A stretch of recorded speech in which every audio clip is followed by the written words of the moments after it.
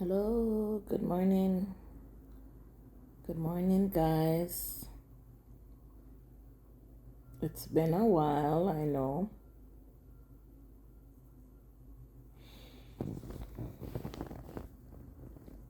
Just checking in. How are you all doing? How are you all doing? I'm just here going through, taking it one day at a time. After all, that's all we can do, right? One day at a time.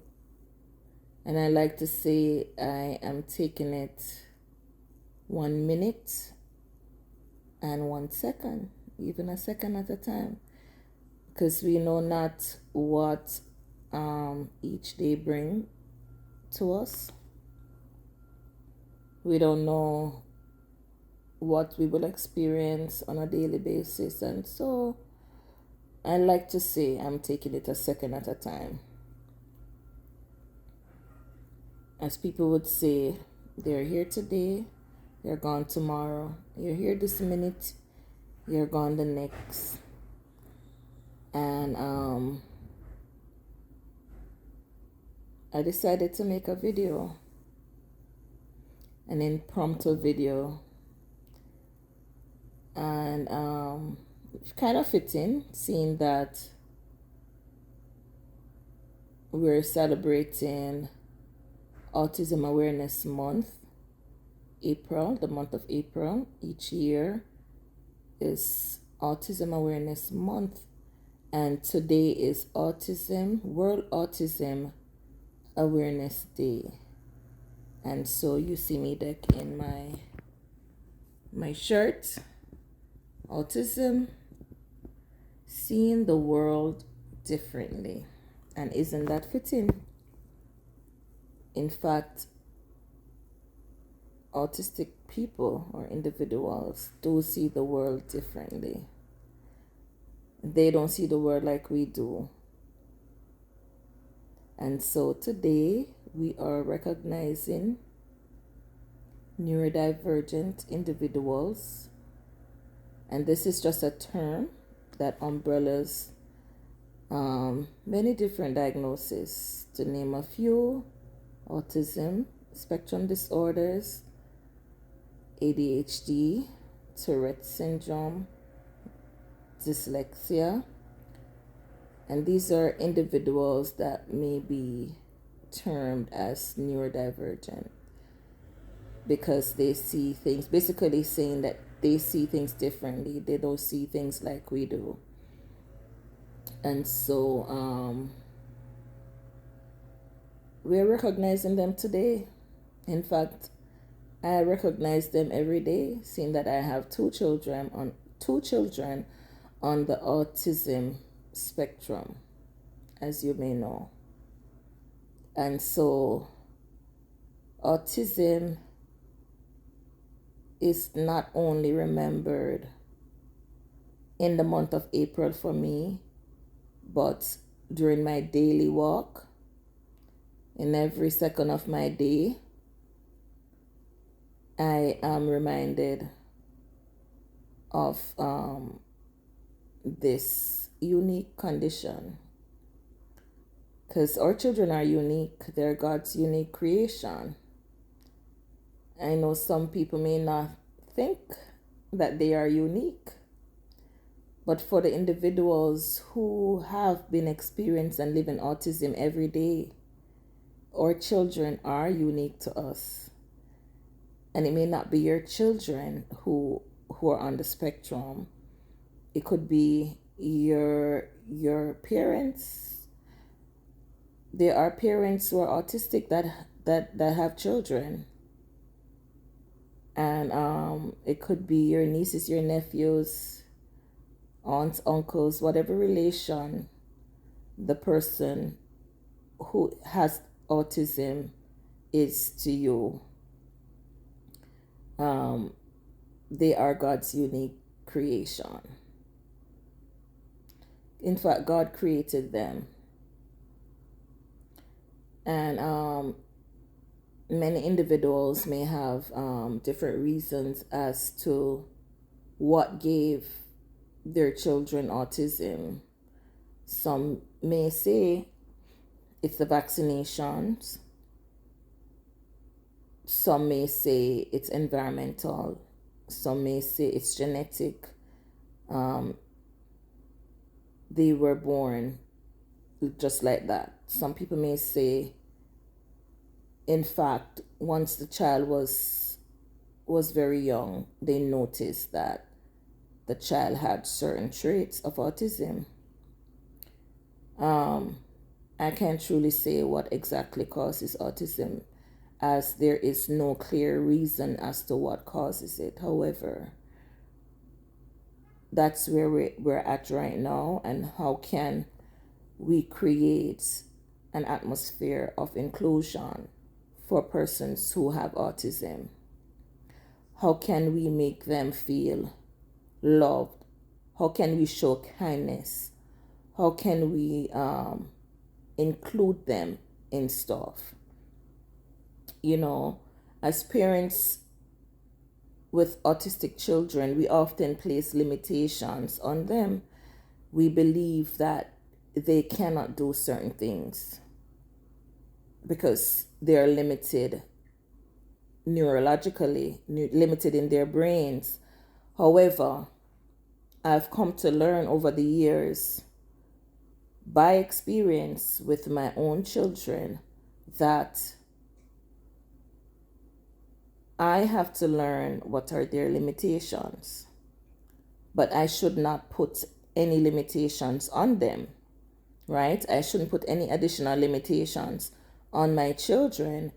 And an example of this is Shamir. Well, both of them, Shamir and Shade. I had a lot of anxiety as it relates to them talking.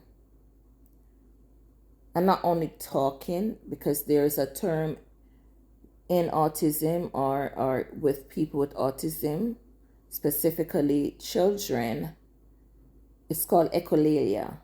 So basically they're just repeating what you're saying without any understanding of what you're actually saying. And Shamir was at that stage where he was just repeating what was said, not thinking about what the meaning of what he's saying. And I used to pray about it. I used to have a lot of anxiety. My prayers were that God would give him the understanding of what is being said, and that he would not be just repeating what he said. And I've come to see Shamir. Shamir is now 9, and Shamir has not been exhibiting echolalia a lot. So now I can talk to Shamir. I can say, "What did you eat today?" And he would tell me, "I had salad, I had chicken, I had milk, I had corn." He could tell me all of that. But there are times when, minimally, where I would ask a question and he would repeat exactly what I'm saying. And then I would say, "Okay, Shamir, I asked this, you should say this." And that kind of breaks the pattern of echolalia in that moment. But Shade is at that stage now where she is literally repeating everything that I say.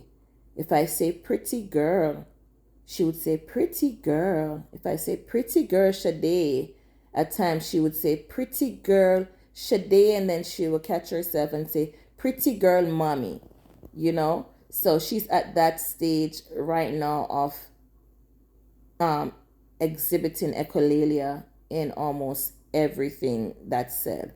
There are times when she would just speak in sentences, or she would just ask for things. And that's where I was saying where the limitation and the anxiety that I had. with my children understanding language.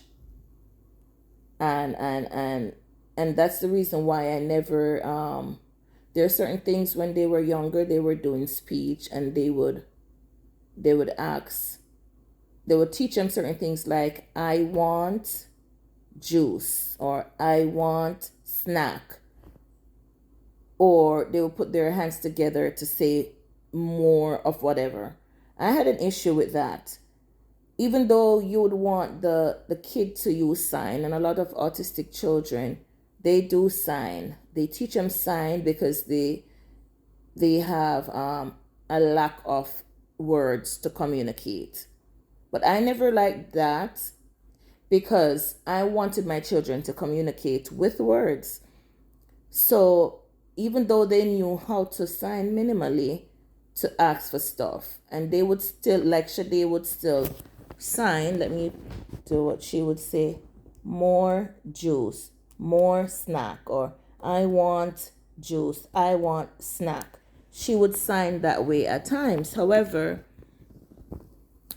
I didn't like that. I wanted her to use her words.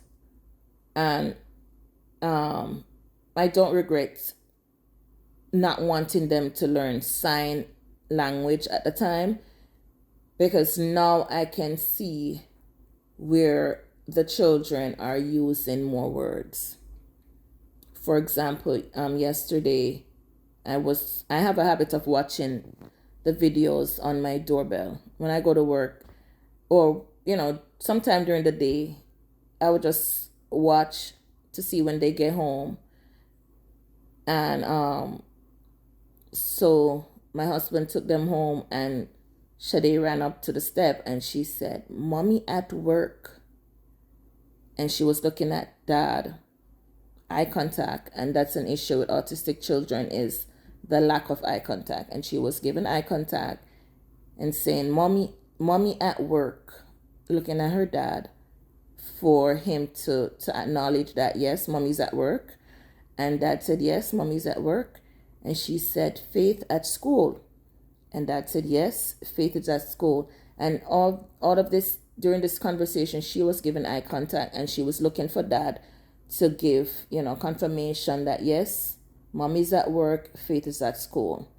And so, just to give you a synopsis of just how far the kids are in terms of language.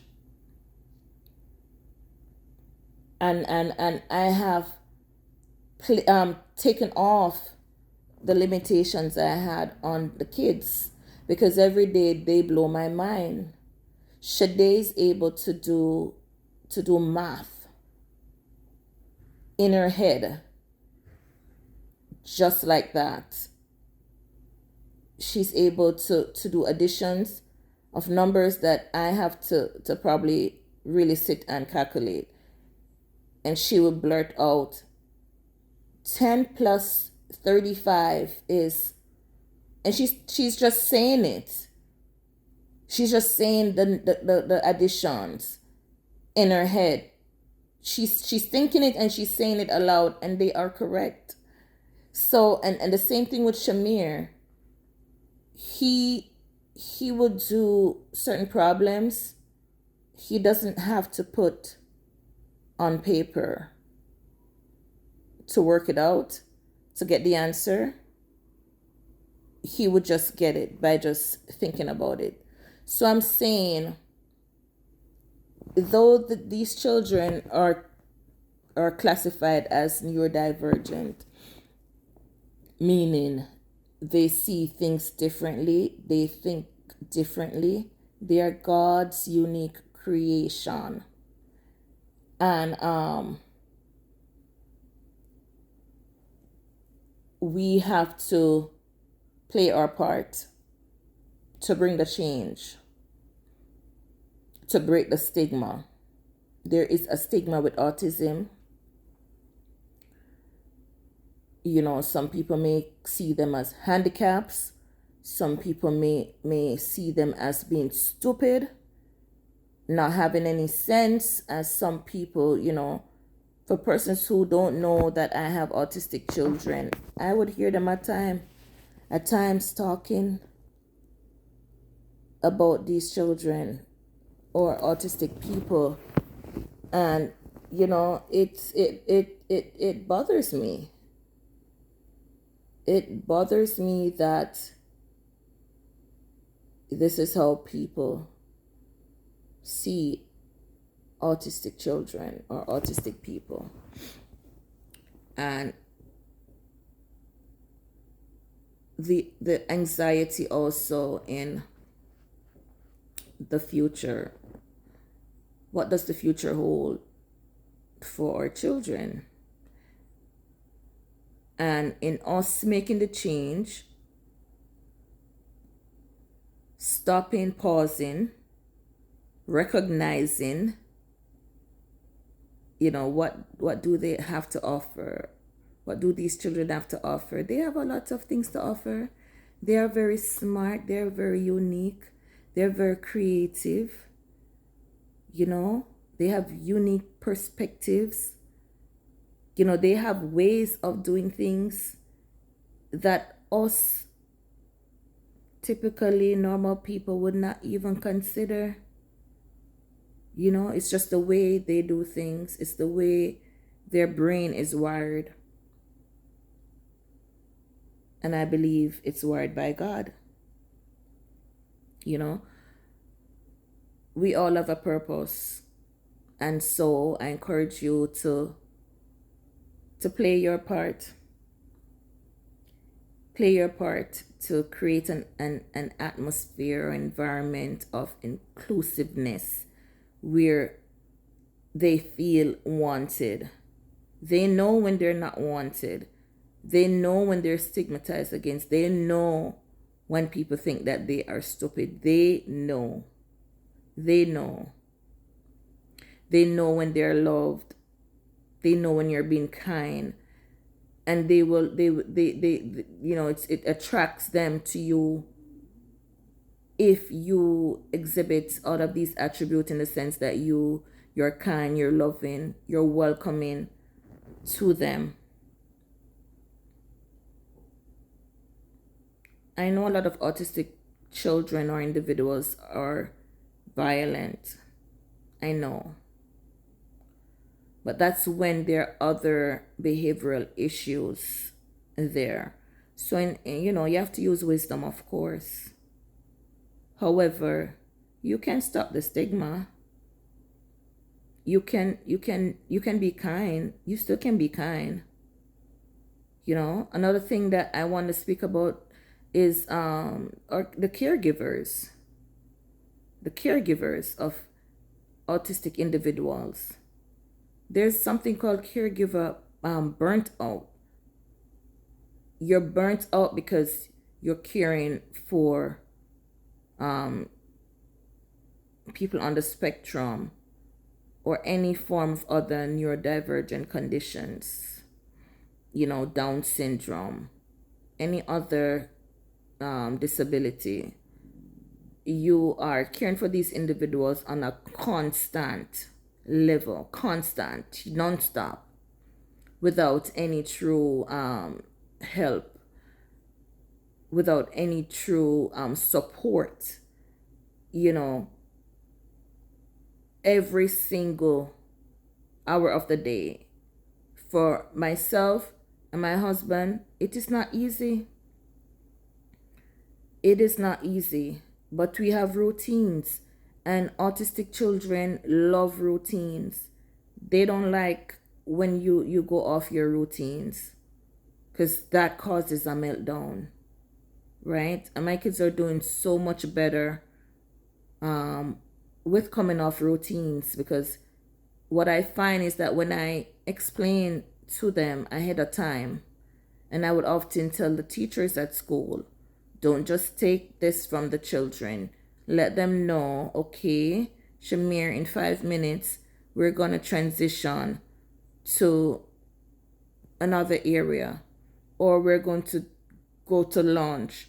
But if you just get up and grab whatever they're doing, let's go to lunch, let's this, that's where they're going to have a meltdown and it's going to be a big problem. So I find that when I do that, when I let them know ahead of time, okay, in 5 minutes, we're going to brush our teeth and we're going to go to bed, okay? Yes, mommy. Or he will say, more time, please, mommy. So, there are ways in doing this. And if your child cannot communicate, that doesn't mean they're not understanding. They can still understand. They are hearing you. If they're not hearing impaired, they're hearing you, so you still can communicate and let them know what you're about to do, and you find that they're more receptive to doing what you're asking them to do, right? And so you'll prevent meltdowns in this way. And so today I'm encouraging you on this World Autism Day. Remember, we're celebrating the whole month. We're remembering them, right? We're cheering for them. We're letting them know that, hey, I am here for you. I will not stigmatize you. I will be kind. I will be welcoming. I'll show comfort. Be the change if you want the change. You may not be experiencing autism in any way. However, you don't know your future. You don't know the future of your children. And I'm sure you will want this type of environment for your children. Or, if you have a family member to be born with autism, you don't know. You don't know. So I'm encouraging you today to be kind, to be loving, and to continue to create an environment of inclusiveness for not only autistic children, but for everyone who is experiencing or who comes under the umbrella of neurodivergent, ADHD, Tourette's, dyslexia, anybody who sees the world differently, who does things differently from us, right? So show the love, be the change if you want the change. Love you. See you on the next video. Bye.